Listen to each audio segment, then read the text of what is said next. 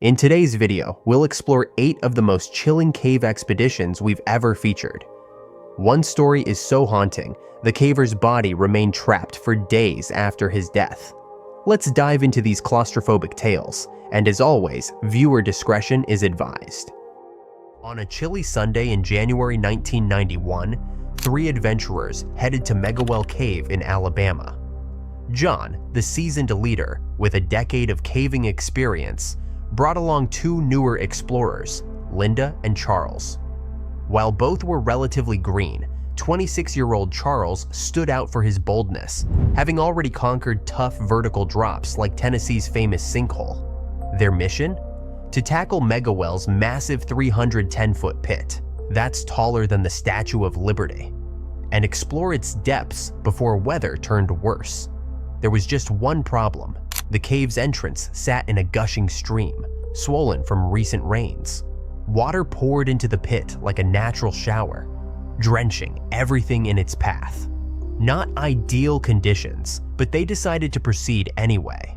John had brought a special rope, a 600-foot European model he'd bought used from Polish cavers in Mexico. They'd promised it was practically new and could hold over 2 tons. But here's the catch. European ropes behave differently than American ones. This small detail would soon become very important. The team chose to rig their rope on the right side to dodge the worst of the waterfall spray. This meant the bolts would take a straight pull instead of the safer sideways force. Not ideal, but they figured it would hold. The rope ran down a steep slope for about 7 meters, like sliding down a playground slide, before reaching the pit's edge. Here's where things got sketchy. 6 meters down, the rope rubbed against a sharp rocky ledge.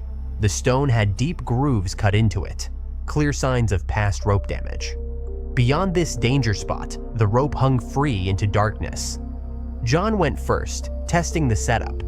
The rope vibrated softly as he disappeared over the edge. Linda followed carefully. Then came Charles. At 110 kilograms, 240 pounds, plus soaking wet gear, he was putting serious strain on the system. By 2 p.m., all 3 stood at the bottom, soaked but successful. The cavern was breathtaking, towering walls glistening with water, strange rock formations looming in their headlamps. But the constant spray had turned the adventure chilly. Linda couldn't stop shivering, her teeth chattering in the 15 degrees Celsius, 60 degrees Fahrenheit, cave air. John knew getting back up wouldn't be easy. The waterfall spray had turned the ropes into slippery snakes. He went first, muscles burning as he hauled himself upward. After an exhausting climb, he finally reached the top. Linda came next, moving slower as the cold seeped into her bones. When she finally emerged, her whole body shook violently from hypothermia. "Go warm up in the car," John urged, helping her out of the cave entrance. Alone now, John returned to check on Charles. The cave roared like a living thing, the waterfall's thunder drowning out all other sounds. "Charles, you okay down there?" John yelled every few minutes, no response. After 20 minutes of silence, John's stomach twisted with worry. He grabbed the rope and pulled. It came up too easily, hand over hand, faster now, until his blood ran cold. There, about 12 meters up, the rope ended in a jagged cut. Just ended. John's heart pounded as he screamed Charles's name into the darkness. Only the cave's echoes answered. The waterfall's mist made it impossible to see more than a few feet down. Hands shaking, he bolted for the surface where Linda sat shivering in their car. "The rope broke," John gasped. "Charles, he might have fallen." Linda's face went blank with shock. Before she could process it, John was already moving. "We need help now." They sped down the dirt road, frantically waving down the first car they saw. John practically threw himself at the driver's window. "Call rescuers," he shouted. "A man fell in Megawell Cave." The driver peeled out, kicking up gravel as he raced for help. At a nearby outfitter, they grabbed emergency gear. 2 ropes, one just 2 feet shorter than the pit's depth, John noted grimly. A sleeping bag and John's waterproof suit. "Wait at the road for the rescue team," he told Linda, his voice tight. Grabbing the fresh ropes and gear, he plunged back into the cave's gaping mouth. At the pit's edge, his training took over, despite shaking hands. Knots tied, anchors checked, muscle memory carried him through. The waterfall's roar was overwhelming now, its icy spray soaking through his layers within seconds. The descent was torture. Each foot lower plunged him into colder, heavier air. The waterfall's echo transformed into a monstrous heartbeat in the cavern. Then, impact. Charles lay broken at the base, his shattered helmet reflecting John's headlamp in jagged fragments. No movement, no breath. John's hands moved automatically, checking for signs of life he knew wouldn't be there. Working through numb horror, John gently bundled Charles in the sleeping bag. As he began his agonizing climb back to surface, one thought looped. How would he ever explain this to Linda? The cave had taken another soul, and no amount of experience could change that crushing truth. John started climbing back up, his arms already shaking from exhaustion. The new rope felt strong, but scary thoughts kept popping into his head. What if this one breaks too? The waterfall spray made everything slippery, turning each handhold into a challenge. His muscles burned like he'd been doing pull-ups for hours, but he kept going. Then he saw it. That deadly sharp ledge where the first rope failed. The rock had a deep, smooth groove, like when you rub a string against wood for years, with little rope fibers still stuck to it. Suddenly, clink. A small rock broke loose above him, tumbling past his face into the blackness below. The sound snapped John back to reality. This was no time to freeze up. He tightened his grip and kept climbing, trying not to imagine what that falling rock sounded like when it finally hit bottom. As dawn approached, exhausted rescuers finally emerged from the cave with Charles's body. The night-long recovery had taken its toll. Narrow passages had to be widened, equipment failed under strain, and the stretcher was nearly destroyed by sharp rocks. Later investigation revealed troubling details about the rope.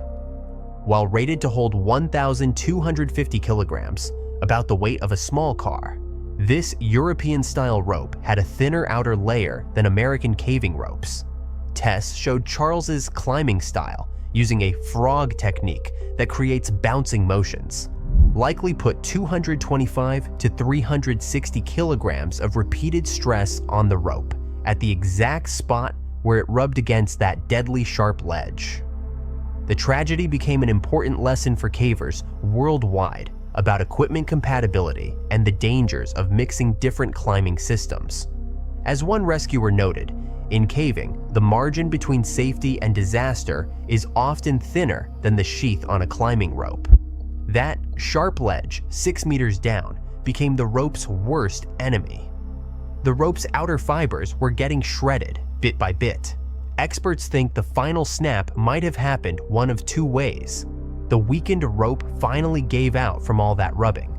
As Charles climbed up from the cave bottom, his frog-style technique made him bounce slightly with each move. This put extra stress on the rope, making the rope saw back and forth against that sharp ledge, which eventually caused the damaged fibers to snap completely. Charles fell instantly, hitting the cave floor at terrifying speed. The impact broke his helmet like a walnut under a hammer, twisted his body violently, caused immediate fatal injuries. Charles's story reminds us that underground, there's no such thing as a completely safe adventure, only calculated risks. As experienced cavers say, the cave always wins the arguments. On November 23, 2019, 5 excited Purdue University students pulled up to Valhalla Cave in Alabama, ready for adventure. They'd spent weeks planning, studying maps, packing gear, even getting the required permit. Valhalla was famous among cavers for its jaw-dropping 227-foot entrance pit. That's taller than a 20-story building. For experts with the right equipment, it was a thrill. For beginners, extremely dangerous. But they hit a big problem right away. Their longest rope didn't reach the bottom. The safe way would have been using one continuous rope, but theirs were too short. Instead of waiting or finding better gear, they took a deadly shortcut, tying 2 ropes together with a double fisherman's knot. While strong, this created a risky situation. The knot would hang just below the cave's edge. Anyone going down would have to stop mid-air, unhook from the top rope, and reattach to the bottom one, like changing trains on a cliffside. Trevor Cole, 21, their most experienced member, felt confident he could manage it. His friends trusted him, so without much discussion, he volunteered to go first. He double-checked everything: harness tight, helmet secure, carabiner locked, rappel device properly threaded. Taking a deep breath, he leaned back and began lowering himself into the dark mouth of the cave. Trevor leaned back into open air, his body tilting backward as if the cave itself was swallowing him whole. The rope hissed through his metal descender like a whispering snake, keeping his fall slow and steady. Above him, 4 wide-eyed faces peered over the edge, their headlamps casting nervous spotlights on his descent. Valhalla Cave gets its name from Norse mythology. It's literally called the Hall of the Slain, fitting considering what happened next. Trevor's breath stayed even as he sank deeper, the circle of daylight shrinking to a dime-sized glow above him. Then his headlamp caught it. The knot, that thick, twisted bulge where the ropes married together. His stomach tightened. Here's the thing about passing a knot mid-air. It's like trying to switch roller coaster seats while the ride's still moving.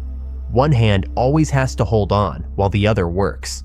Trevor knew the drill. Plant feet, lock the descender. Unclip, reattach. But practice walls in a gym don't have 200 feet of nothing beneath you. He braced his boots against the wall, fingers dancing over his gear. Click. The upper rope was free. For 1 heartbeat, he hung there by sheer friction and willpower.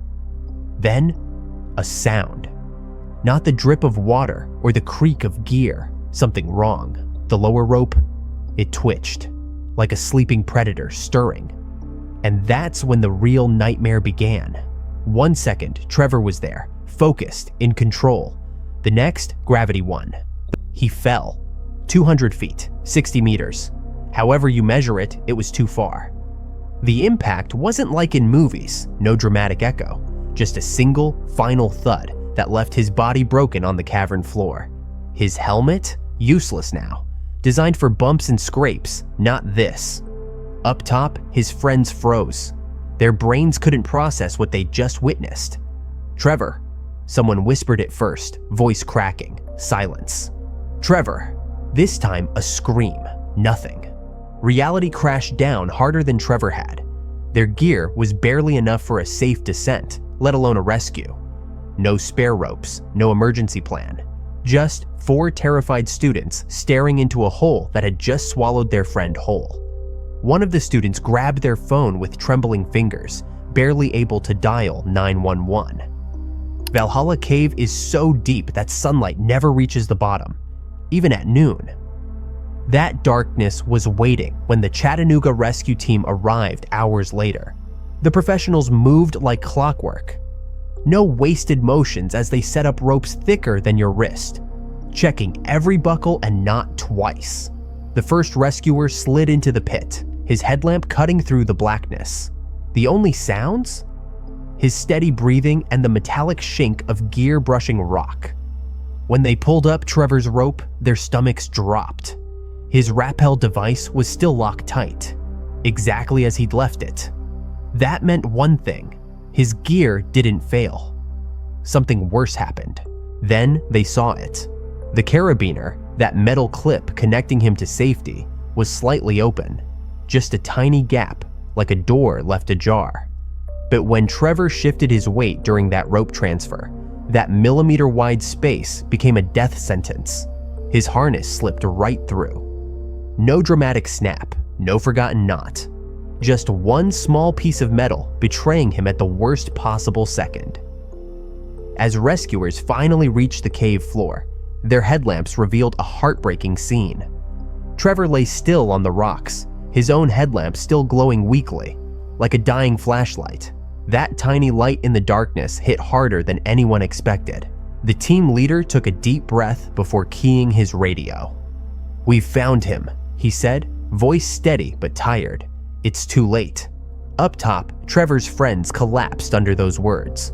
Some cried, some just stared. They'd known, of course. How could anyone survive that fall? But hearing it out loud made it real in a way that stole their breath. Here's the hard truth about caving. Experience isn't a magic shield. Trevor knew what he was doing.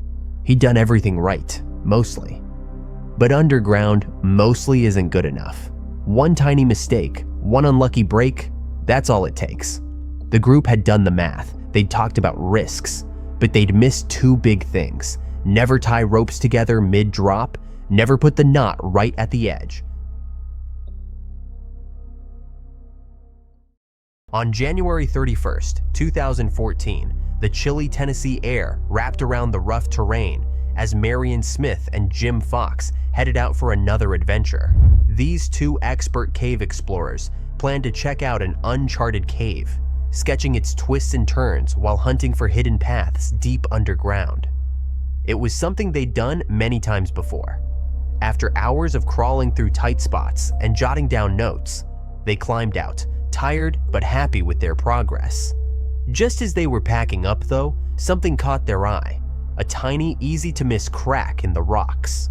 It was an unnamed karst feature. Now, what's a karst feature? It's a natural shape in the land made when water slowly eats away at soft rocks like limestone or gypsum. Over thousands or even millions of years, water sneaks into cracks, carving out caves, sinkholes, and even secret rivers underground. But while they're cool to explore, they can also be risky, with hidden drops, shaky rocks, and sudden cave-ins. Most people would have walked right past it, but not Smith and Fox.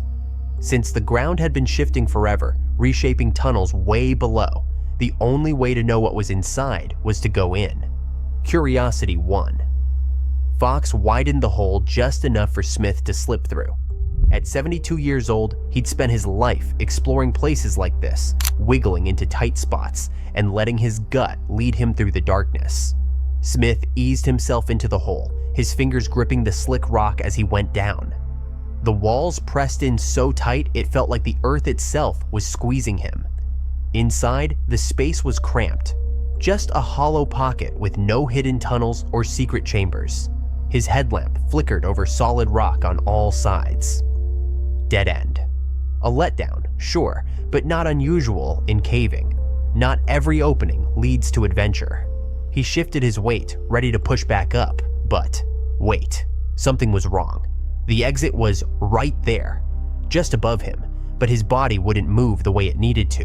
The walls pinned his shoulders at a weird angle, his ribs jammed against stone. The harder he tried to wiggle free, the more he slipped deeper. A chill shot through him.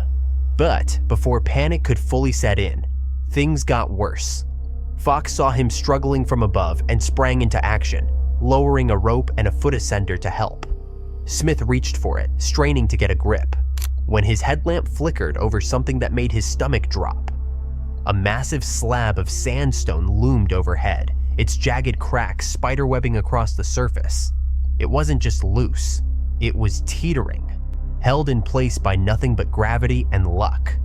One wrong move, one shift of the rock, and it would all come crashing down. Smith knew he was in trouble the second he saw that boulder. If it shifted, he'd be trapped, or worse, flattened. Before he could even react, a deep, grinding crack echoed through the cave. Then, boom. The rock dropped like a hammer. Already wedged tight, he now had hundreds of pounds of stone crushing his legs and hips. Pain ripped through him, white hot and suffocating. His body was bent at a weird angle, making every second torture. His ribs screamed, his legs were pinned, completely useless. He gasped for air, but the weight squeezed his lungs like a vice. Each heartbeat throbbed in his ears. Fox didn't waste a second. He scrambled down, throwing his weight against the boulder, pushing, straining. But it didn't move an inch, solid, immovable. Smith's vision blurred as the pain swallowed him whole. Frantic, Fox grabbed a shovel and started digging like a madman. But every scoop made the ground shift, loose rocks tumbled, threatening a full collapse. After minutes of sweating, swearing, and sheer terror, the awful truth hit them. They were out of options. They needed a miracle. Fox's hands trembled as he grabbed the radio. His voice cracked as he called for help. Smith is trapped. Not lost, not injured, trapped. That one word meant this wasn't a quick fix. It meant bring everyone. The weight was agony. Smith's body burned from the crushing weight, muscles locking in rebellion. The cave's chill crept into his bones, the same caves he'd loved for decades now, holding him in a death grip. Time stretched like rubber. Then, at last, boots pounded the earth above. Rescuers swarmed the site, their headlamps cutting through the gloom. But their faces said it all. This is bad. The boulder was a monster. No way to lift it, no room for machinery. So they pivoted. Dig a second tunnel beside him. Inch by inch, they burrowed through dirt and rock, working under Smith to undermine the slab pinning him. Every shovel scrape was a gamble, too much force, and the whole thing could cave in. Then came the game changer. Clinton Elmore, a rescuer with years of rock experience, studied the sandstone slab. "This type won't explode if we're smart," he said. Instead of brute force, they'd outthink it. A rotary hammer whirred to life, its drill biting into the boulder. Each vibration sent fresh agony through Smith's pinned body. But then, a creak. The rock shifted, just a hair's width, but enough. Elmore wedged his hands underneath, veins bulging as he heaved. The slab groaned upward. Smith didn't wait. Gritting his teeth against the white-hot pain, he dragged himself forward, every inch feeling like a mile. After 6 hours of crushing pressure, he slithered free. Cold air hit his face as he surfaced. Rescuers erupted in cheers, the tension snapping like a rope. Weak, shaking, his legs still numb, but alive. A medevac helicopter thudded in the distance. At the hospital, doctors braced for broken bones, internal bleeding, but found only bruises and exhaustion. Smith walked out that same night. Later, he'd shrug it off. Odds caught up with me, but everyone knew the truth. This was a miracle stitched together by skill, stubbornness, and sheer luck. High in Mexico's Oaxaca mountains, at 2,700 meters above sea level, the gaping mouth of Cueva Cheve beckons only the bravest explorers. This isn't your average hole in the ground. It's one of Earth's deepest cave systems, a vertical labyrinth that has challenged American caving teams for decades. The air at Cheve's entrance is thinner than Denver's, making every physical effort twice as exhausting. In February 1991, 14 elite cavers assembled at base camp. Their sights set on an audacious goal, to dive past the cave's known limits. But first came the grueling prep work, carefully rigging 35 vertical drops between the surface and Camp 2, a temporary home 850 meters down. That's deeper than 2 Empire State Buildings stacked underground. This wasn't simple rappelling. To protect their ropes from sharp limestone walls, they used a rebelay system. Imagine climbing down a series of suspended rope segments, having to stop every few meters to switch your gear. One wrong move mid-transfer, and you're falling into darkness.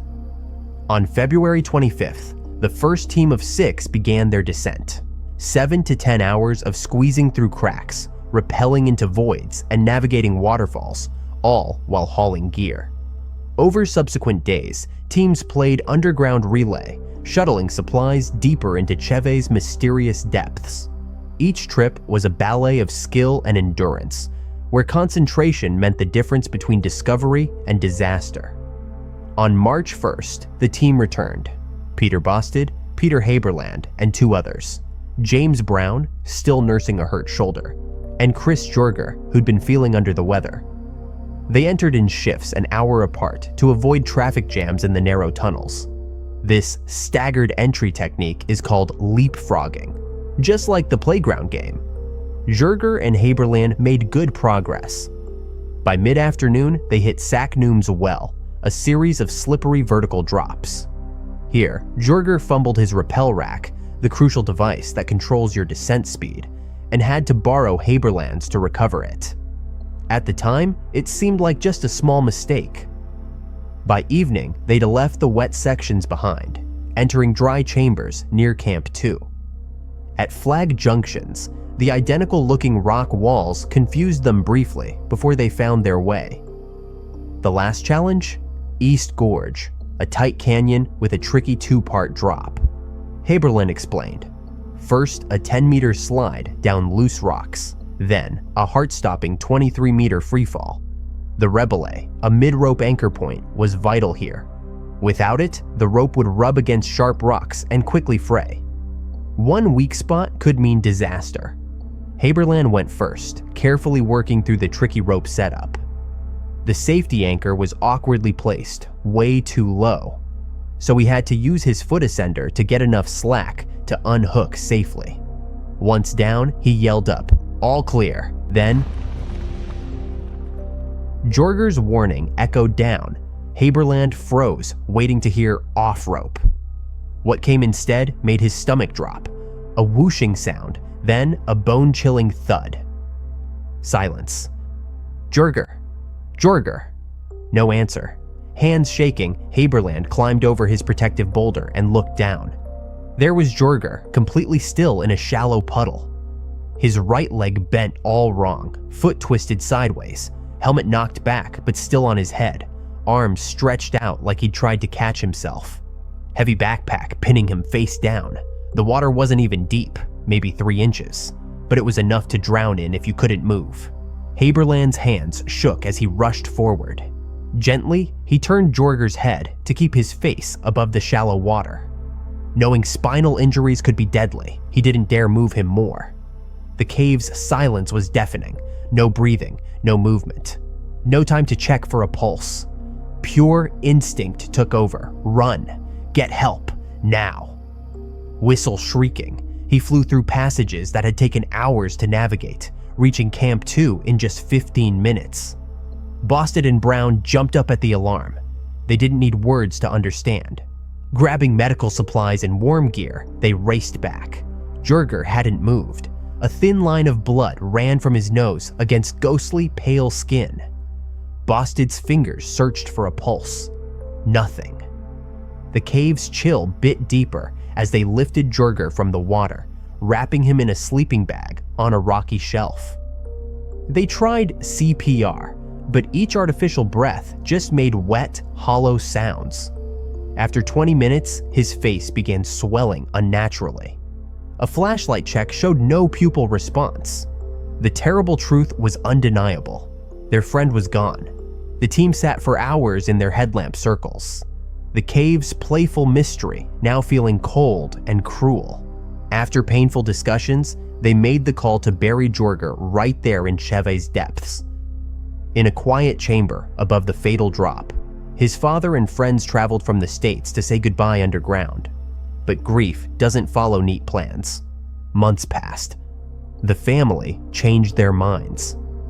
A special recovery team went back nearly a year later, finally bringing Jorger home. The accident investigation revealed haunting details. Jorger's rappel rack still dangled 2 meters below the rebelay anchor. His safety carabiner hung open like a broken promise. The cave kept its secrets, but the equipment told its own story. Haberland's reconstruction revealed a terrifying flaw. An unweighted rappel rack could twist just right to pop open the carabiner's gate. The moment Jorger leaned into it, instant freefall. No warning, no time to scream. Modern cavers now use double-lock carabiners after this accident. 2 separate mechanisms to prevent accidental openings. The tragedy sparked urgent safety reforms. Rappel devices must now use unopenable quick links or dual carabiners. Packs should hang below climbers, not weigh down their backs. The rebelay setup was clearly flawed. Too difficult to navigate safely. But here's the hard truth. Disasters never happen for just one reason.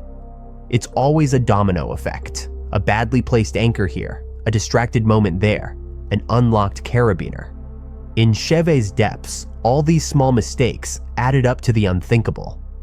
Yet, cavers still returned to Cheve, pulled by its siren call of undiscovered passages. It remains a place of breathtaking wonder and deadly consequence. Where one wrong move can change everything, the cave doesn't forgive, it doesn't forget, and it's always waiting. On April 11th, 2009, 6 friends went exploring in Lower Van Horn Cave in Arizona. The team included Teresa, Richard, Patrick, Ed, Mike, and Colin. This cave is famous for being super slippery, with tight spaces that can suddenly fill with water.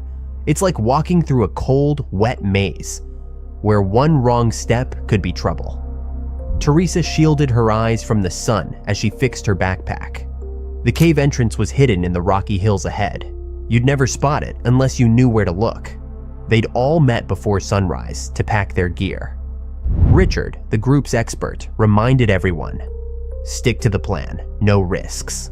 Teresa had done this many times before, but today felt different. Maybe it was the heavy air or the strange quiet of the desert. She shook off the feeling as they reached the small cave opening. Arizona has over 1,000 caves, but only about 10% have been fully explored. At first, going down was easy. The rocky path sloped gently, but soon the walls squeezed closer together, making them walk single file. The deeper they went, the worse it got. The ground wasn't just wet, it was covered in thick, sticky mud that made walking really hard. Even though it wasn't rainy season, water dripped everywhere, making the walls shine in their headlamps. After about an hour, they came to the scariest part, a narrow ledge above a still, dark pool. The path was only as wide as a skateboard, tilted at a steep angle like a playground slide. Teresa breathed deeply. Mess up here, and you wouldn't just trip, you'd shoot down the muddy slope straight into the water below. Like crabs on a wall, they slowly crossed one by one, hugging the wet rock. Teresa went first, her heart pounding so loud she could hear it. Every little movement mattered now. How her boots stuck to stone, how her fingertips brushed rough spots for balance. Midway, she saw what looked like a perfect handle, a rocky bump sticking out. She grabbed it, and it broke off instantly.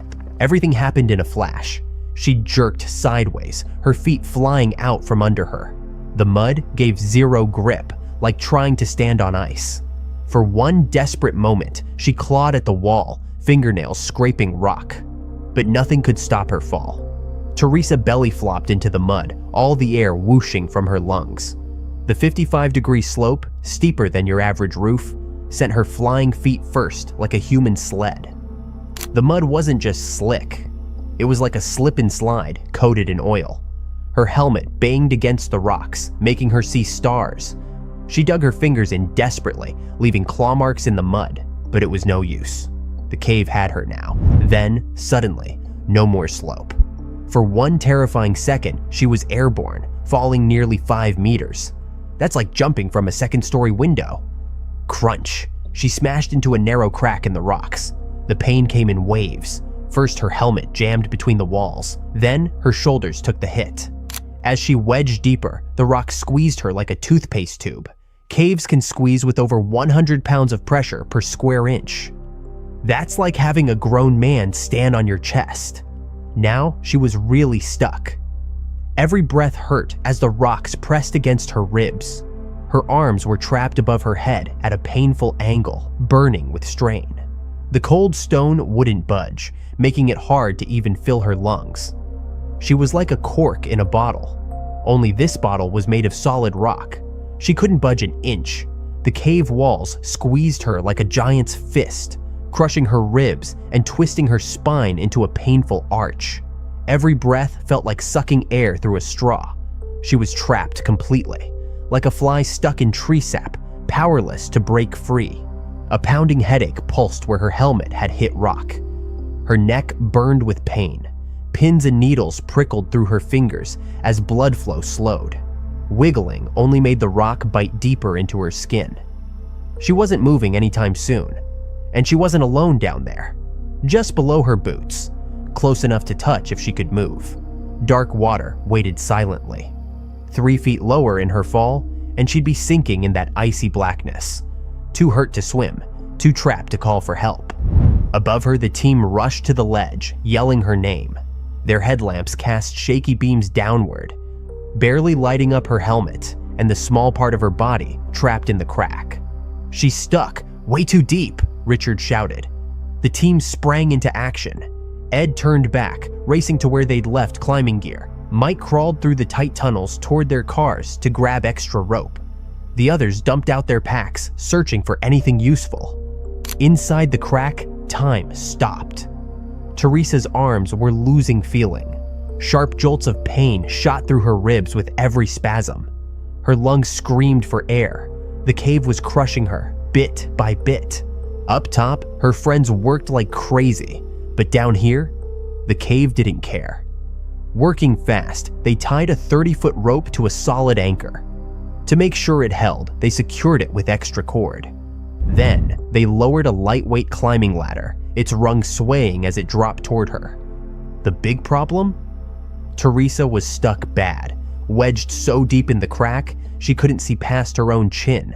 Her helmet, which had saved her during the fall, now worked against her, jammed tight between rocks like a nut in a vise. The rescue rope dangled just above her fingertips. But blind and numb, she had to feel her way, like someone searching for a light switch in the dark. Her stiff fingers groped awkwardly, wrist bending at a painful angle. When she finally touched the woven ladder, she grabbed on desperately, but the wet, muddy surface made holding on nearly impossible. She tried to hook a foot onto a lower rung, but her legs were pinned uselessly against the rock walls. Every wiggle just wedged her deeper in the unforgiving stone. Attempting to push up, her muddy boot slipped right off the slick rung, sending sharp pain through her already crushed ribs. One last try, pulling with her arms, but her shoulders burned in protest, stretched beyond their limits. She could barely twitch her fingers now, let alone lift her entire body. It wasn't working. The team switched gears fast. They grabbed a climbing harness and 2 mechanical ascenders, clever devices that lock onto ropes to help you climb up. Getting the harness to her was tricky. They tied it to a new rope, lowering it slowly, like fishermen dropping a line. For Teresa, the pain was worse than anything she'd ever felt. The harness bumped her side. Her numb fingers fumbled with the straps.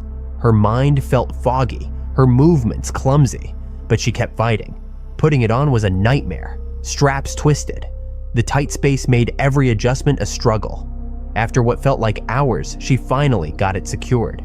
Now for the ascenders. Her muddy hands slipped as she clipped one to the dirty rope. First try, jammed solid in the gunk. She took a shaky breath, wiped the muddiest part, and tried again. It worked. She moved up maybe 3 inches, not much, but enough to change everything. Ignoring the pain, she used every caving trick she knew. Knees and elbows wedged against rock, inching upward like a caterpillar. The cave fought back, clinging to its prisoner. Above, her friends reached down eagerly. Fingertips touched rock edge. One last heave. Strong hands grabbed her arms.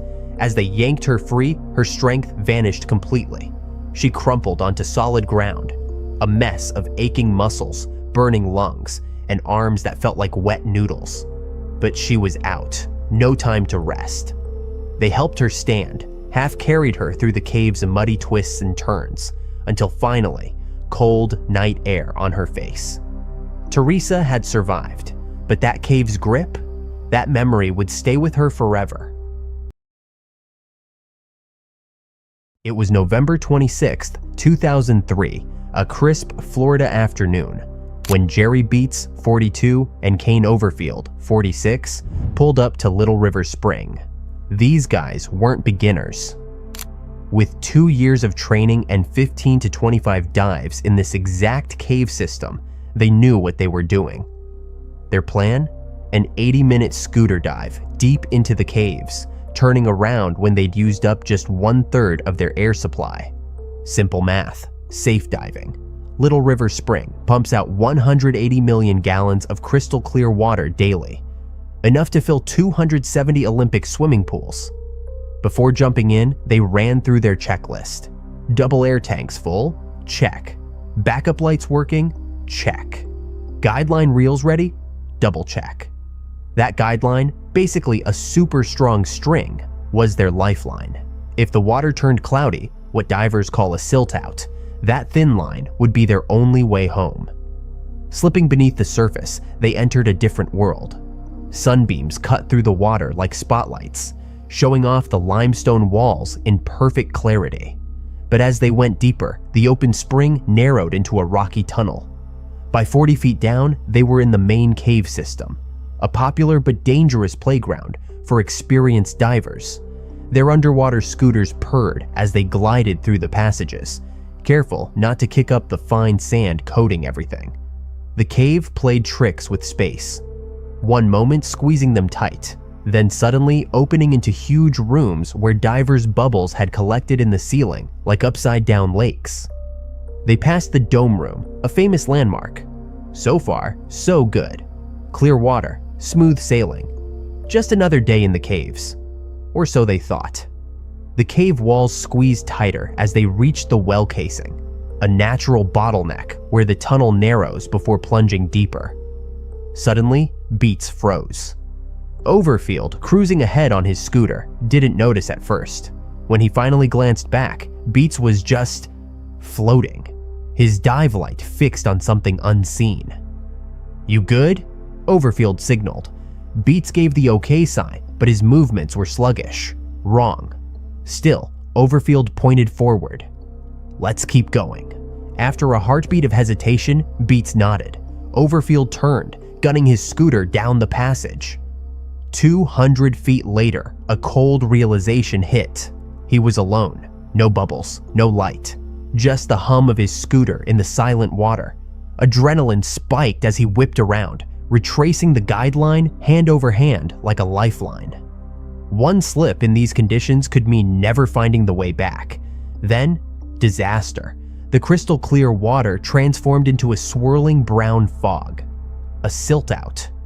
One wrong fin kick or equipment bump had unleashed an underwater sandstorm, reducing visibility to absolute zero. Overfield slowed, arms outstretched like a blind man in unfamiliar terrain. Then, impact. His gloved hand closed around something solid. Beats. Relief flooded through him as he felt his partner move. No panic, but they weren't safe yet, not even close. Overfield needed to secure his scooter, just a quick clip to the guideline. He released Beats for 1 second. That's all it took. His hand shot back out into the darkness. Empty water. The silt cloud had turned the cave into black soup. He waved his arms wildly. No contact, no bubbles, no glow from Beats' light. Just thick, swirling nothingness. Clutching the guideline like a drowning man, Overfield froze. Every movement kicked up more sediment, making the nightmare worse. He'd already wasted precious minutes, banging his tank, sweeping the darkness, listening desperately.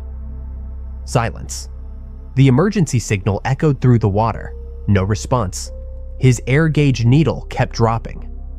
They'd blown past the rule of thirds long ago. Now he was burning through his reserves. One terrible thought cut through the panic.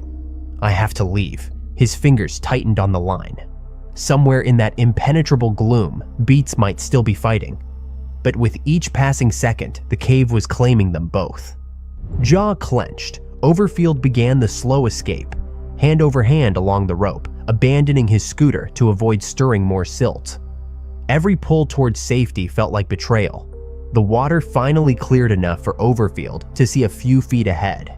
He stopped dead, twisting back toward the darkness. One last desperate clang clang clang of his tank. Silence answered. His exhale bubbled upward as he forced himself to move forward, each pull along the guideline feeling heavier than the last. Meanwhile, Beats was living every cave diver's worst nightmare. That brief moment of separation had sealed his fate. In zero visibility, he'd lost the guideline, the one thread connecting him to safety. Now he was blind in a maze of stone, where every wrong turn could be his last. He spun slowly, searching for any shadow, any contour in the endless black. But the more he moved, the thicker the silt cloud became. His breaths came faster now, his pulse throbbing in his temples. Then, disaster.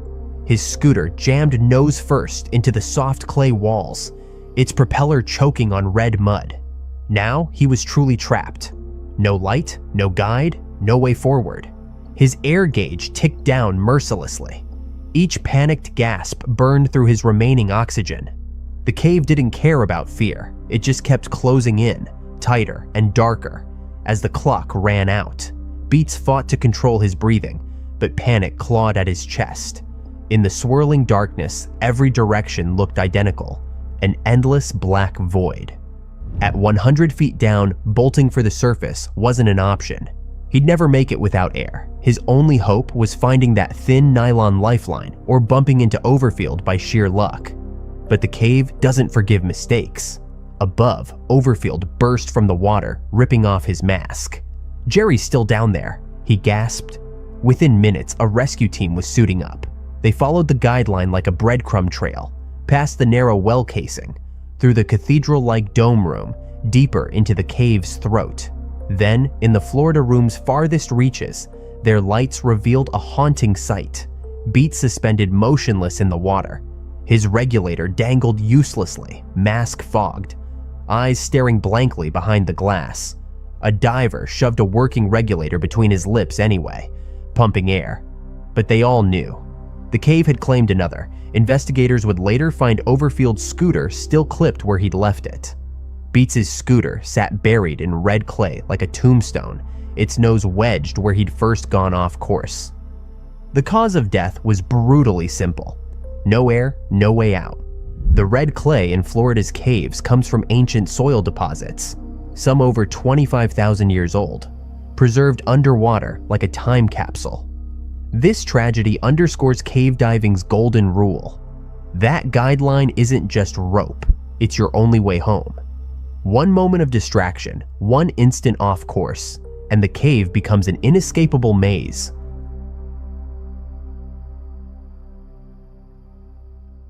Our first story begins on May 11th, 1990, in the wild backcountry of Hernando County, Florida. On the surface, Dipolder Sink 2 looked like just another quiet pond. But under those calm waters lay one of the most dangerous cave systems in the state. A dark maze of tunnels where light disappears and the deep pressure feels like an invisible hand squeezing you.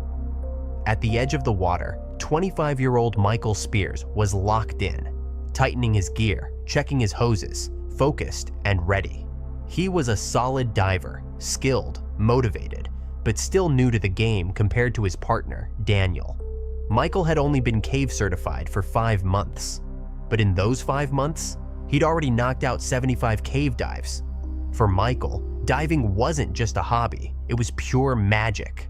Dropping into a hidden world, squeezing through tight, twisting tunnels, gliding through massive underwater chambers that felt like forgotten cathedrals. This was his passion, and he was chasing it hard. Tonight's target? The lower circuit of Dipolder's Sink. The water was murky. Recent storms had churned up the silt, but that didn't scare them off. For Michael, this was new territory, and that thrill of the unknown pumped through him. Nearby, Daniel prepped his gear with quiet focus. At 34, he'd been cave diving for 10 years. He'd seen close calls. He'd seen death. In these tunnels, skill mattered, but so did cold, hard discipline. One wrong turn, one flicker of fear, and you might never see daylight again. "Last check," Daniel said, his voice calm and steady. "You good?" Michael took a deep breath and grabbed his regulator. "Yeah, let's do this."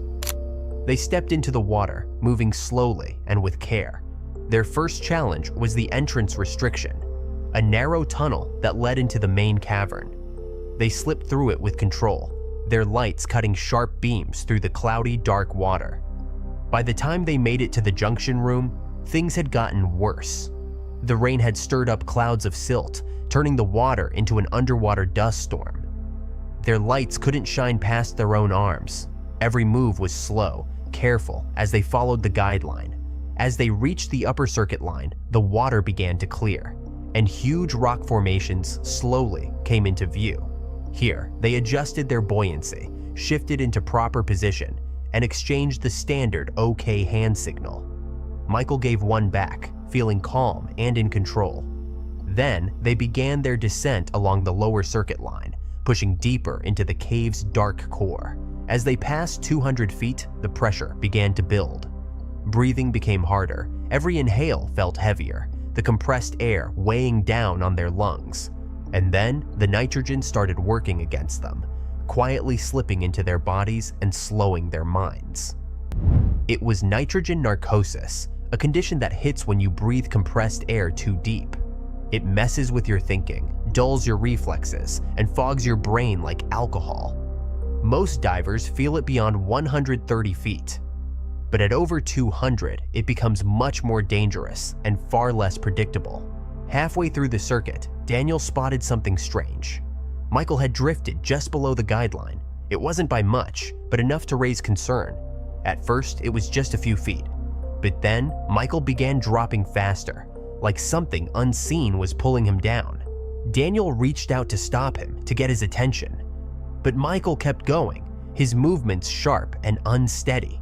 He wasn't just following the guideline anymore. He was pushing past it. Was he trying to break a personal depth record? Daniel felt a sudden wave of worry.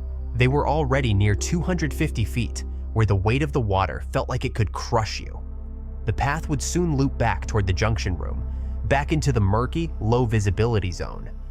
Then everything shifted. As they neared the junction, the clear water disappeared. A thick cloud of silt swallowed them, turning the cave into total blackness. They couldn't see a thing. Michael reached out for the guideline, but missed. He tried again. Missed again. That's when panic hit. Disoriented and blind, he turned the wrong way. Instead of heading toward the exit, Michael had turned back into the cave. The moment Daniel crossed into the cloud of silt, his partner vanished.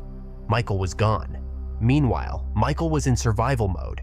His heart pounded as he spun in circles, desperate for a light, a rope, anything familiar. But the cave was closing in on him. Then, in the distance, he spotted a thin rope. A guideline? He rushed toward it, not realizing it led the wrong way. He had entered the downstream ballroom, a dead end deep inside the cave system. Now his body was starting to fail. The deeper he went, the harder it became to breathe. Carbon dioxide built up in his blood, a dangerous effect of pushing too hard at these depths. And the more he tried to catch his breath, the worse it got. His regulator still gave him air, but it couldn't stop the darkness creeping into his vision. He was blacking out from the depth. It was one of the deadliest dangers for deep divers. And then came Michael's final mistake. His buoyancy gave out. Slowly, his body tilted forward, his gear pulling him deeper. He lost consciousness before ever reaching the cave floor. Meanwhile, Daniel had made it to the surface. But the journey up was brutal. His lungs burned as he stopped at specific depths, forced to wait through decompression stops. These pauses were critical to give the nitrogen in his body time to safely leave his bloodstream. If a diver ascends too fast, that nitrogen turns into dangerous bubbles, a condition known as decompression sickness, or the bends. Underwater pressure causes the body to absorb nitrogen from the air tanks, but if you come up too quickly, that gas doesn't have time to escape properly. The result? Bubbles form in your blood and tissues, and the symptoms can be brutal. Anything from joint pain and dizziness to paralysis, or even death. At his 30-foot stop, Daniel floated in place, scanning the basin, hoping for a glimpse of Michael. But he saw nothing. The sinking feeling hit him. Something was wrong. By the time Daniel finally surfaced, more divers had arrived. Without wasting time, they went back into the cave, following the guideline all the way to the junction room. Still, there was no sign of Michael. The official recovery mission began the next morning. 3 specialized teams were deployed, each one made up of recovery divers, decompression experts, and surface support staff. The search would push. The first team entered the water, following the guideline that led them to the junction room. From there, they carefully made their way into the lower circuit, moving slowly and deliberately to avoid stirring up silt. Cold and increasing pressure became more intense. At 200 feet, they switched over to their deep gas supply, keeping a close eye on their dive computers, which monitored their depth, gas usage, and how long they'd need to decompress on the way back up. Minutes felt like hours as the divers searched every corner of the cave. Then, at 241 feet, one of their lights caught something on the bottom. It was a body, motionless. Michael lay face down, his arms resting by his sides, the regulator still in his mouth. His mask was undisturbed, with no signs of panic or struggle. It looked like he had blacked out without warning, slipping into unconsciousness before he knew something was wrong. He had simply drifted downward, silently, into the darkness. His oxygen tank was still half full. It had taken 7 long hours to find him. And even though the team had prepared, when experts looked into what went wrong, they believed Michael had likely fallen victim to nitrogen narcosis and a blackout caused by the pressure, both made worse by carbon dioxide buildup from physical effort. Losing the guideline had been the turning point. If he had been using Trimix, a mix of oxygen, nitrogen, and helium, it might have helped reduce the narcosis. But in the end, it wasn't just one mistake. It was a series of small, deadly ones.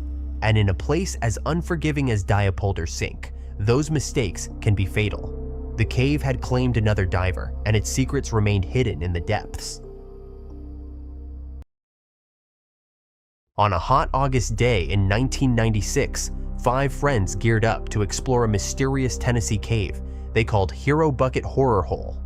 Rogers, Jack, Gerald, Fico, and Alan had worked hard yesterday, clearing rocks to open a tight passage. Today, they hoped to find never-before-seen tunnels deep underground. Tennessee has over 10,000 caves, more than any other US state. That's why cavers love exploring here. For these guys, caving wasn't just fun, it was an addiction. They lived for that heart-pounding moment when they'd squeeze through a tight spot and discover a beautiful underground room no human had ever seen. But they also knew the dangers. One wrong move and tons of rock could come crashing down, especially in an unstable cave like this one. The cave entrance didn't look special, just a small hole in the woods. But inside, it became a different world. The team moved carefully, each wearing bright helmet lights, tough knee pads like skateboarders wear, special gloves for gripping wet rocks. As they went deeper, the air got thick with dust, making it harder to breathe. Their adventure was just beginning. The team reached yesterday's digging site, where loose rocks and uneven walls marked their hard work. It wasn't pretty, but they could get through. Now came the real challenge. A narrow, downward-sloping tunnel they'd found earlier, barely wide enough to squeeze through. Piece of cake, they thought confidently. With their years of experience, tight spaces didn't scare them. But this tunnel had surprises waiting. Jack went first, twisting onto his left shoulder to fit. At just 2 feet tall, about the height of a big backpack, the passage forced him completely flat. He inched forward like a worm, his chest scraping the ceiling with each breath. The limestone floor felt like sandpaper against his body. Limestone caves form when acidic water dissolves rock over thousands of years. Nature's slow sculpture project. Rogers followed, twisting the opposite way onto his right shoulder. The tunnel got tighter as he moved, forcing him to pull with just his left arm, push with his boots against the walls, twist his body like a corkscrew. What started as routine was quickly becoming a claustrophobic challenge. The cave was testing them in ways they hadn't expected. Jack suddenly stopped. The way forward was blocked by fresh rockfall. "We'll have to break through," he called back. Rogers struggled to reach his tool, his arm bending at an awkward angle against the tight walls. Finally grabbing it, he passed it forward to Jack, who began chipping away. Cave air can contain 100 times more dust than surface air. That's why Rogers was coughing so much. As they worked, neither noticed the danger building behind them. Then, crack. A terrible sound echoed through the tunnel as a huge limestone slab, think refrigerator-sized, broke loose from the wall behind Rogers. The massive rock peeled away silently at first, then crashed down like a giant's footstep. In seconds, what was a challenging crawl became a life-or-death situation. They were sealed in completely. The way ahead, still blocked. The way back, now just a wall of stone. Rogers got crazy lucky. That falling boulder, picture a grand piano made of rock, actually pushed him forward instead of crushing him. 2 inches further back and, well, let's not think about that. Rogers shoved against the rock uselessly. It was like trying to push down a brick wall with your bare hands. The cave had them exactly where it wanted them. Jack wriggled slightly, but the cave walls squeezed him like a vice. His breathing came fast and shallow. The harder he tried to calm down, the more his chest tightened. They were stuck tighter than a canned sardine, with barely room to twitch a finger. That creeping panic, the dizzy, suffocating fear of being trapped alive, threatened to overwhelm them. But then they remembered. Panic kills underground. Taking shaky breaths, they started whispering encouragement to each other, clinging to hope like a lifeline. Meanwhile, their friends scrambled into action. While Monty raced to a nearby house to borrow a sledgehammer, smart thinking, the others got to work with their rock tools. They carefully chipped at the slab's edges like sculptors, working in reverse, knowing each strike had to be perfect. Most cave rescues take 10 times longer than the original exploration. It's all about working slowly to stay safe. Every tap of their hammers was a prayer that the rock would give way before their friend's air did. Trapped in the darkness, Rogers and Jack forced themselves to stay calm. Fast breathing would burn through their oxygen. Sudden moves might bring more rocks down. They focused on slow, steady breaths, listening to the clink-clink of tools working to free them. Outside the collapse, the rescue team swung sledgehammers with careful precision. Each strike sent spiderweb cracks through the rock, but progress was painfully slow. The tight space meant rescuers had to rotate every few minutes. Swinging heavy tools in a crouched position drained energy fast. Cavers call this nutting, carefully cracking rocks like walnuts to avoid bigger collapses.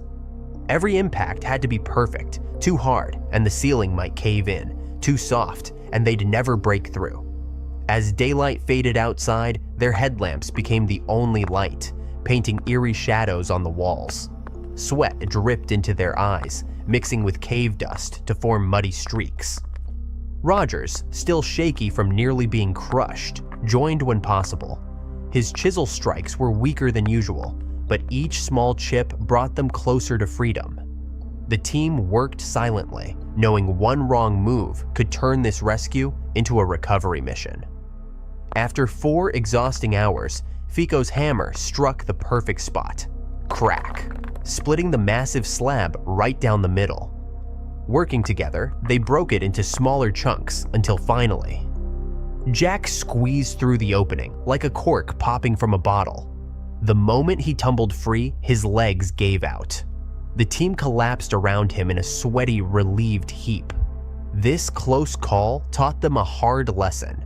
Newly opened cave passages are like wet cardboard. They look solid, but can collapse without warning. While digging through debris can lead to exciting discoveries, it also weakens everything around it. Cavers call these unexplored tunnels Virgin Passage, but as Jack and Rogers learned, they can be dangerously unpredictable. For the 2 trapped explorers, this was both the scariest and most educational experience of their caving lives. It didn't stop their passion, but it sure made them respect the underground world's hidden dangers. As they dusted themselves off, one thought was clear. Next time, they'd be twice as careful when entering the Earth's secret rooms.